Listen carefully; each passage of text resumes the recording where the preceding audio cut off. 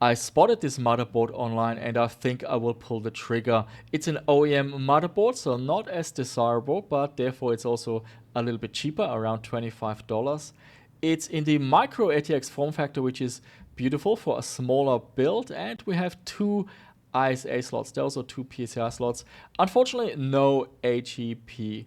Looking a little bit closer, I can see some interesting aspects. We've got some sort of a chip from ATI, seems to be Pro Turbo or something, and we can see here a chip from Crystal, so maybe there's some DOS compatibility going on, and the chipset seems to be from Intel. Here's another photo from the listing. We can see the Crystal, it's a CS4280, and here, yes, it is a ATI Rage Pro Turbo with HEP. Here we can see the CPU socket. It's 4-socket 370. These are really easy to work with.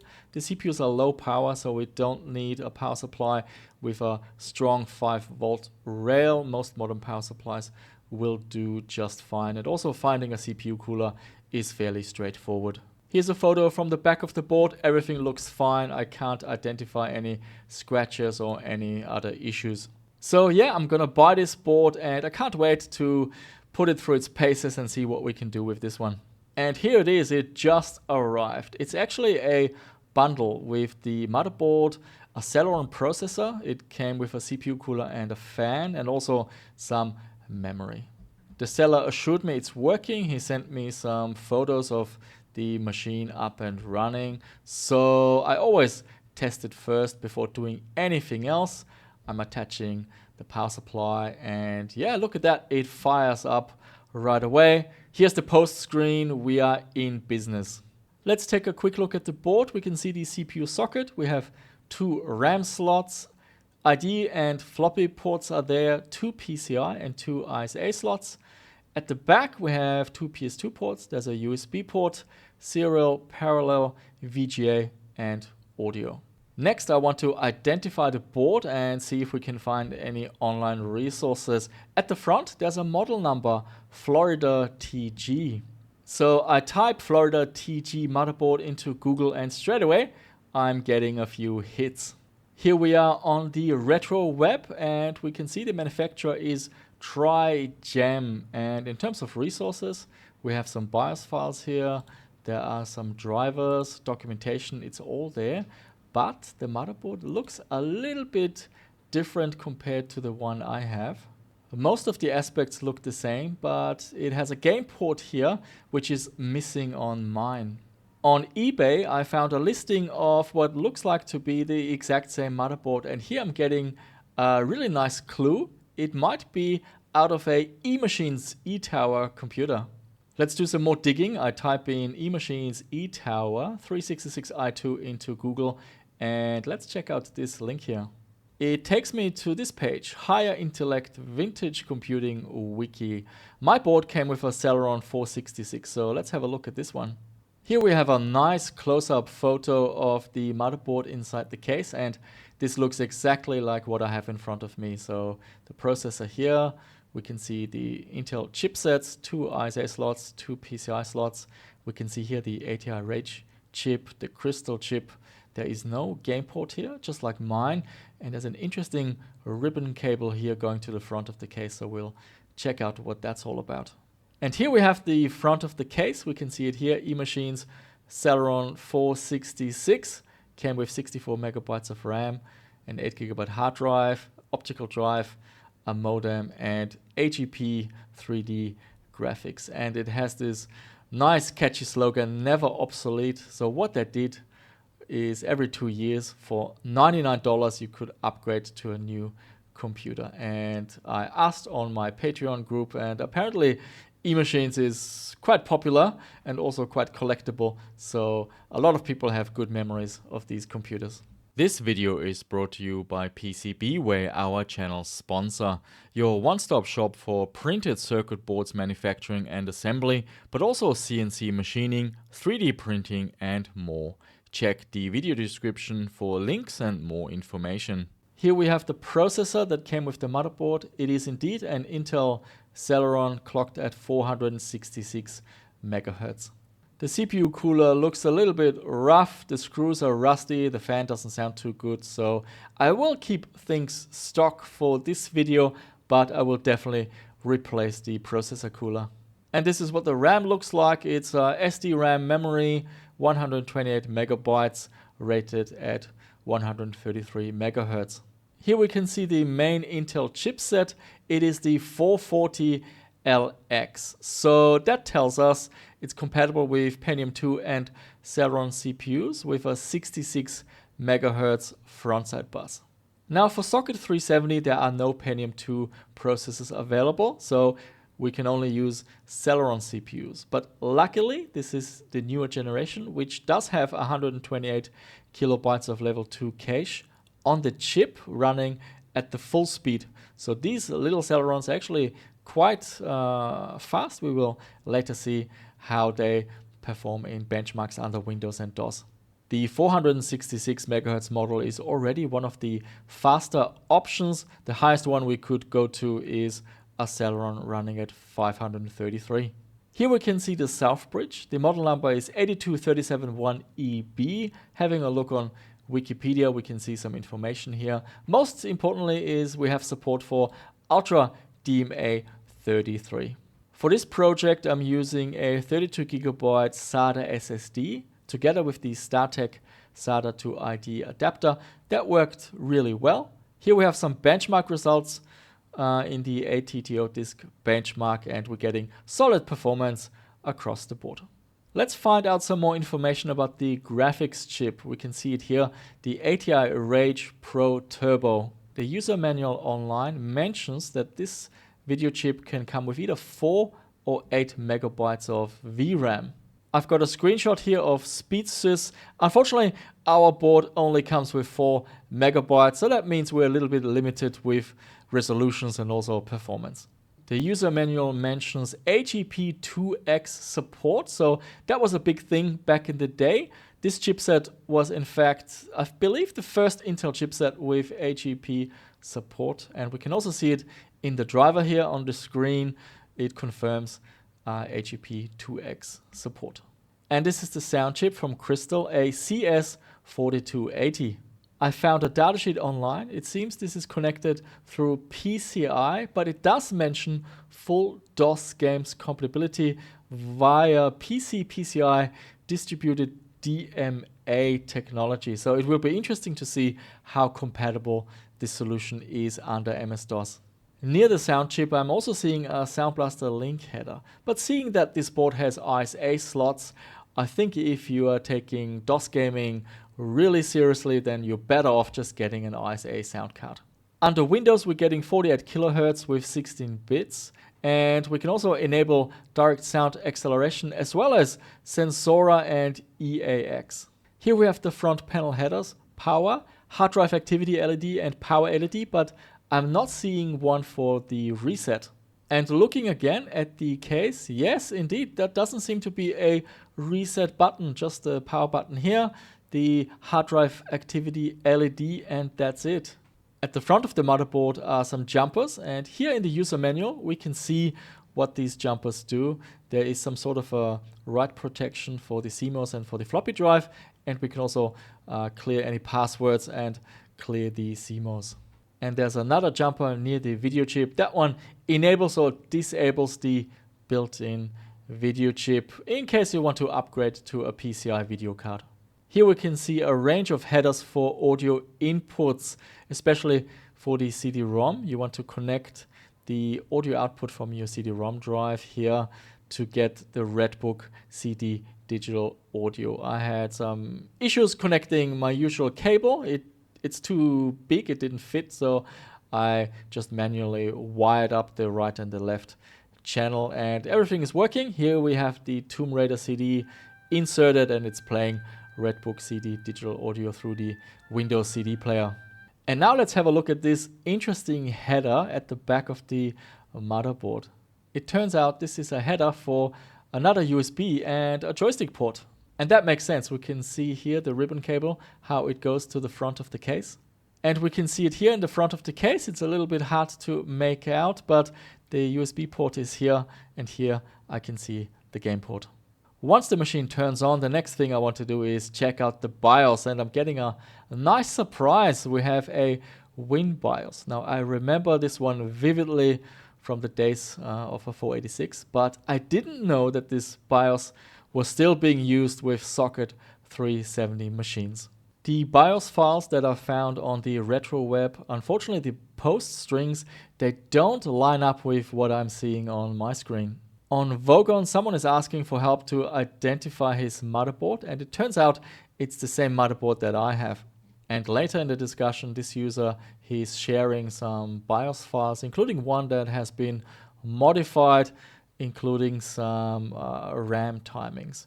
Now, I don't want to risk it today. I will proceed in this video with the BIOS that the machine came with, but I am planning on doing a follow-up video maxing out this machine, and of course we will try to update the BIOS. The BIOS has some decent options. All the usual stuff is here. We can also disable the onboard sound, toggle CPU caches, toggle ACPI, and so on. The only thing that's missing is overclocking, and we don't have anything to toggle or adjust the memory timings. And now let's see what this machine can do under Windows 98. I've installed the chipset drivers, then the sound drivers are next, and the latest graphics drivers directly from the AMD website from 2002. Let's run a benchmark. Final Reality is first. I vividly remember this one. We can see here the robot scene. It looks fairly smooth, and also the city scene, yeah, looks fine as well. Let's see what the results are. We have a screenshot here. For the robot scene, we're getting 45 FPS, and the city scene 61 FPS, so that's pretty smooth. 3D Mark 99 Max is a little bit more demanding for our system, so it runs, but definitely it does struggle. So at the end, here are the results. We're getting a score of 1256 3D Marks. And at this point, I've got a bunch of time demos that I always run on the system, but I ran into some issues. In Expendable, I can see some weird graphics bugs. There are some brown texture patches right in the beginning, and they're throughout this level, so something is not being rendered correctly. And then I'm trying GL Quake, and it's running really slow, like a slideshow. So it doesn't look like OpenGL is getting accelerated. So yeah, we have to look for some better drivers. I found all sorts of drivers online, but hit the jackpot with Vogons once again. This user here, well, he spent some time checking out various driver packages and figuring out the optimal combination. There's a lot of information here, and I actually reached out to him because I needed a little bit of help to understand what he's trying to say. It's quite technical, but the short story is I downloaded this driver package here, and then everything started to work. And to look at that, after installing the driver, GL Quake is now running smooth. So keep in mind, I'm testing at 640 by 480 and only 16-bit colors. Any higher and this video chip will struggle. So we have a result here for GL Quake, 26 FPS. Let's put it on the graph. Expendable is next. We can see that those brown texture patches, that has been resolved. The final score is 17.4. Let's put it on the graph.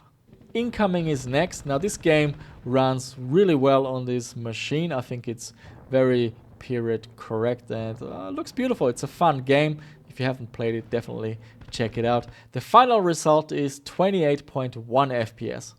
And here we have Draken. Now I had some issues with this game. With the 4 MB VRAM, there is a option in the setup you need to untick to do with high detailed textures, but once you untick that, it works fine with 4 MB of VRAM. And here's the result, 13.9 FPS.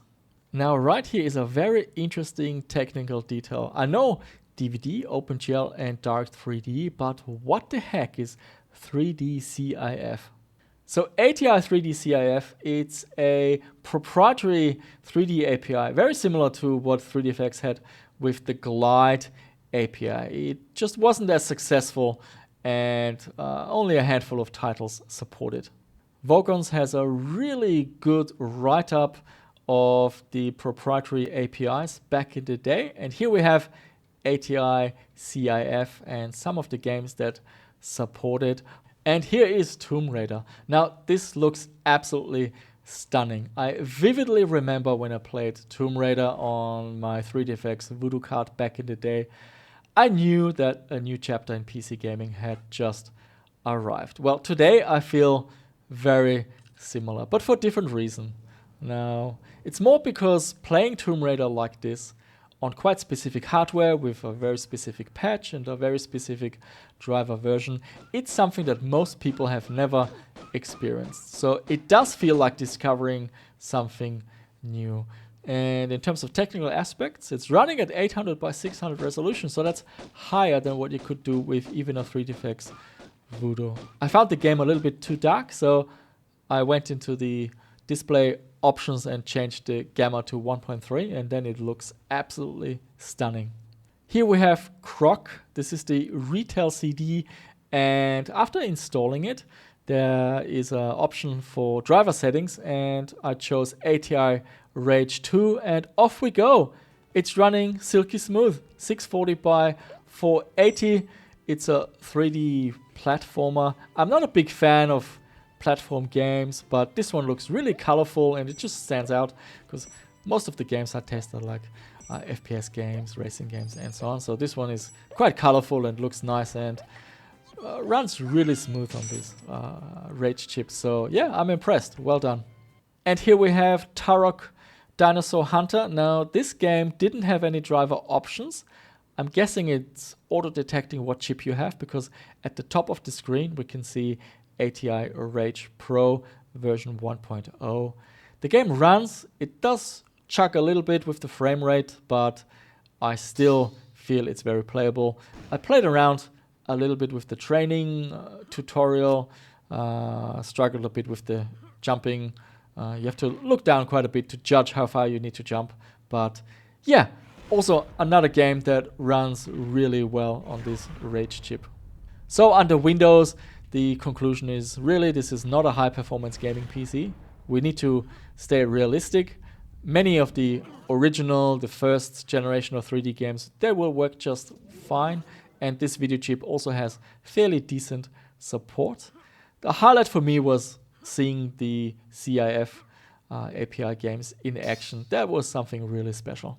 If you enjoyed this video, consider subscribing to my channel or support me through Patreon. You get early access to my videos and we can hang out on Discord. And now let's move on to MS-DOS. I feel that the ATI chip with AGP and the high clocked Celeron should do really well here. In 3D Bench we're getting 310 FPS, so that's off to a great start. Here we can see Chris's 3D Bench, the final result 331.4 FPS. The PC player benchmark is also looking very smooth with a result of 98.5 FPS. Doom is also absolutely silky smooth. The final result 100.66 FPS. And Quake is also looking very smooth. We're getting a final result of 81.2 FPS in the time demo. So this tells me there should be enough performance to even run games at high resolution. This is Chris's 3D Bench running at 640 by 480. We're getting 111.1 FPS. The PC player benchmark completes with 54.7 FPS at 640 by 480. Quake is a little bit of a challenge. We're only getting 28.3 FPS. DOS Sound Blaster support under MS-DOS mode was a little hit and miss. Prince of Persia worked fine for me, so did Doom, but in Tomb Raider I had issues and also in other games. So I decided to install a Sound Blaster or 64 to continue the DOS tests. Tomb Raider is first up, now running in software mode. It does support 640 by 480, but it looks really rough and raw compared to what we saw under Windows with the ATI CIF API. Here we have Screamer 2, a fun racing game. It supports 640 by 480, but also 16-bit colors. So this is the most demanding option, and it's doing a fairly good job running this game. I do think the frame rate is still suffering a little bit, but it is definitely playable. System Shock is a game I love testing. This is the enhanced CD version, high resolution and speech throughout. We're running at 640 by 480 and it runs silky smooth, no complaints. Crusader No Regret is the next game. It also supports 640 by 480. The graphics are stunning for a DOS game. The controls seem a little bit clunky, but if you have any tips about this one or any of the other games you saw in this video, don't be shy, leave your comment down below. And I also like slowing down the machine to test those speed sensitive games. And yeah, look at that, with all the caches disabled, we're getting a 3D bench score of 6.4. This is very slow. This is like an entry-level 386 SX or maybe a fast 286, something around that region. So let's test a few speed-sensitive games. This is Test Drive 3. This game is really hard to control, even on a average 386. And oh my, for the first time, I'm finding this actually, yeah, sort of playable. I'm still crashing a few times, but this is my very first time I managed to actually complete the first track. So yeah, slow is good, absolutely. With these old games, I rather have the game run slower and it's a little bit easier to control than having that ultra high frame rate. Wing Commander also runs really well. Some of you might feel this is too slow. Back in the day, I played it on a 10 MHz 286, so I know what slow feels like. Even EGA graphics, so that game was even slower. And Wing Commander is one of those games, it is much easier when the frame rate is low. It's much easier to hit the enemies. So yes, we can slow this machine down and enjoy a lot of DOS games. So let's wrap up this video. In summary, I love it. So this is an OEM board and it turned out to be heaps of fun. Often OEM boards are a little bit boring, but this one has a lot of hidden things that I really enjoyed. So it's micro ATX, so you can build a compact machine, maybe even a small form factor machine. With 2 ISA slots, we are covered with being able to install really nice DOS sound cards.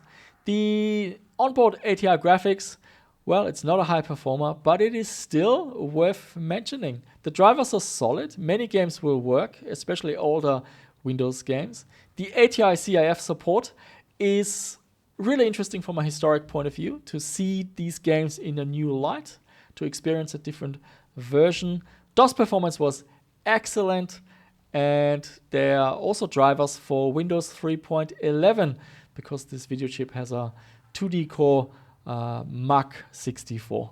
The sound solution is also pretty decent. We had some compatibility with MS-DOS, but if you really want to take DOS seriously, I highly recommend you just install an ISA sound card. And under Windows, we're getting 48 kilohertz, 16-bit in stereo, and we saw a few driver options for Sensora, EAX, and so on.